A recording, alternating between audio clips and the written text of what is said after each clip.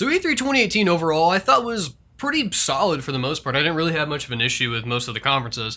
The only like really weird one was the PlayStation conference where they were kind of moving people around and they had those semi-awkward musical performances at the beginning.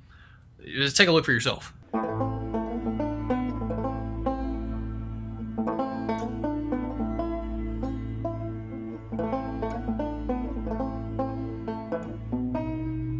Is that guy serious? Let me show you an accurate musical performance.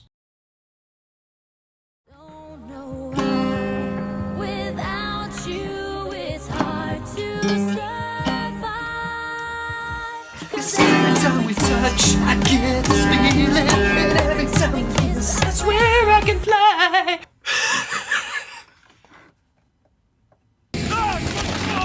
So E3 2018 has come and gone, sadly. It's always a great time.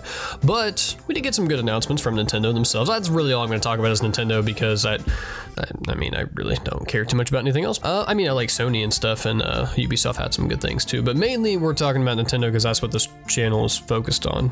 So let's get on with it. So the E3 Direct started out with this like Gundam mech styled action heavy thing. I was a little confused whenever it first started. I was like, did I skip like 4 minutes into the direct? I was expecting Reggie to greet me. I was expecting like a Smash reveal to happen at the beginning too, but no, it just bam, just right into this. Like, look at it. And I mean, it looks fantastic. It's called Demon X Machina, Damon Cross Machina. I've heard like 17 different ways of people pronouncing this. I'm just gonna call it Damon X Machina because of obvious reasons. So that's something I definitely want to hear a little bit more about. I'd say overall, I'm not like crazy pumped excited for it, but I mean, it looks fine. I'm not sure if what we saw was gameplay or if it was just cinematics, but it was there. And then it pops right into the next trailer, which was Xenoblade Chronicles 2 DLC. So I hope you people enjoy that. And then Reggie popped in and was like, hey, here's some stuff about Pokemon, let's go. That's the Pokemon games that got revealed a few weeks back. They're basically remakes of Pokemon Yellow, full 3D, everything's rendered in 3D. There's no like wild battles now. You catch wild Pokemon, but you don't actually battle them. There's some other changes in there too to kind of make it a little bit more simplified and make it more accessible to new players. I think it's smart. When it first got announced, I wasn't crazy excited about it. I was kind of being cynical like I usually am about things. But then the more they talked about it, the more they showed it at E3, I was actually like, yeah, I actually kind of want that now. And then, unfortunately, they went into the one brand new, never before seen, never before mentioned first party game for the Switch, and that's Super Mario Party. And when I say unfortunately, I'm not saying like that's not a snag on Mario Party. This actually looks like the best Mario Party that I've seen since like Mario Party 6. It looks like an actual Mario Party game and not the hot garbage that they've been making for like 8 years. So good job, guys. And just like the rest of this direct so far, they just plowed right into the next game. Like this was very quick. They just threw a lot of things at you all at once. And that next game was Fire Emblem. Yes, so that Fire Emblem game that they mentioned back, I believe it was at the January event when the Switch was like first shown off in 2017. They just kind of off the cuff mentioned that there was one coming. This is the first we're seeing of it. And I think it looks fantastic. I think some of the environments are gonna get spruced up a little bit more, and because this game's not coming out until next year, so there's a lot of time to work on them, but I think the way the camera just like swoops in as you select an enemy to attack, like, I mean, it looks fantastic. It's like very cinematic. There's a lot going on here. There's a lot of pretty visuals to look at and a lot of people to look at, and I sound really stupid probably during this because I'm sick. And exploring the overworld map looks better too. Like, I'm not the biggest Fire Emblem fan, so forgive me if, I'm a little ignorant in this, but it doesn't really look like anything they've done before. I mean, it looks kind of similar to parts of games like Fire Emblem Echoes and, Radiant Dawn and other things like that. But for the most part, this looks like they're taking some leaps here in this franchise, which is great because that's pretty much what most franchises on the Switch have been doing, which has been great to see. And then they cut to Fortnite, which is really cool to see. So happy the rumors were true on that. I wonder how many people have actually downloaded this. Holy shit, 2 million times?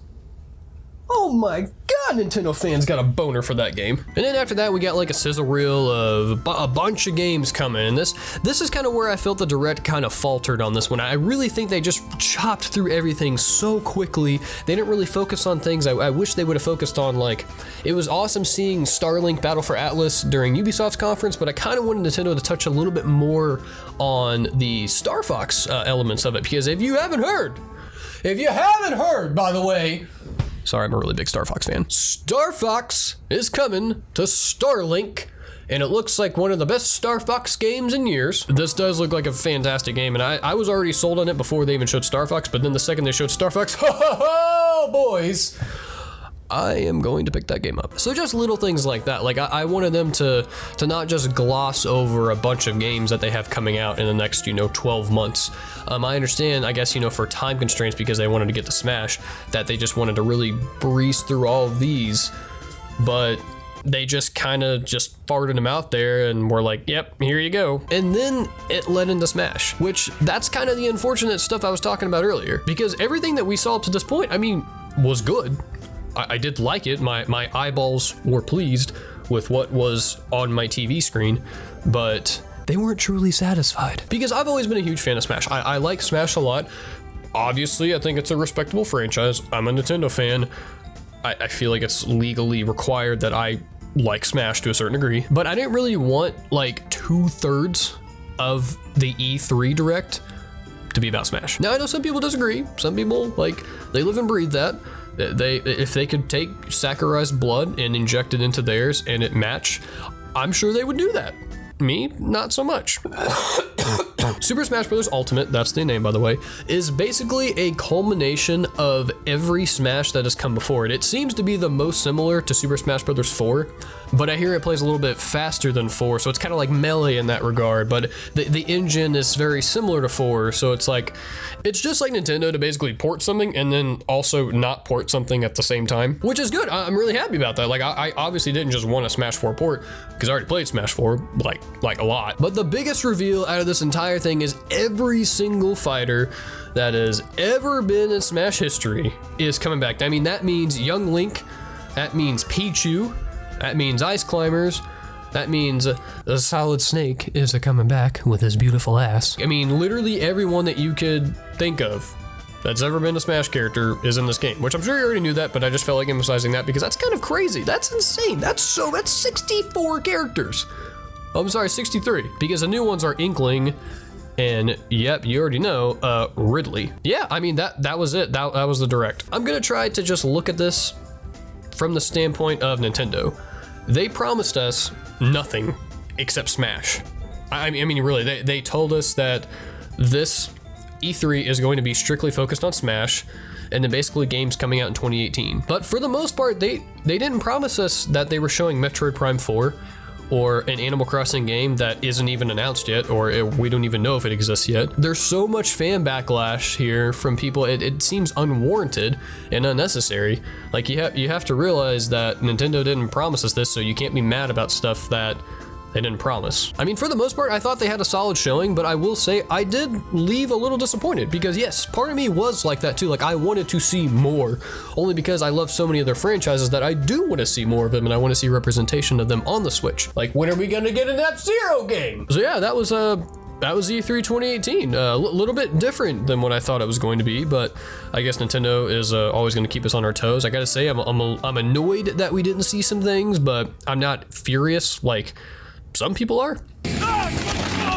So to anyone out there who really had like a problem with Nintendo's E3 2018 showing, let me I got a question for you. Let's say I'm a representative for Sargento Cheese, and I'm here to show you off my product. So in a couple days, I'm gonna promise that I'm gonna swing by your house and show you off one of our great products, which is our pepper jack cheese. So the time comes, I come by your house, bring you this, so let you have some sampling of it, and you get mad at me for not bringing you sharp cheddar cheese, which is something I didn't even talk about. Is that okay? No, it's not okay, because I said I was gonna bring you pepper jack cheese.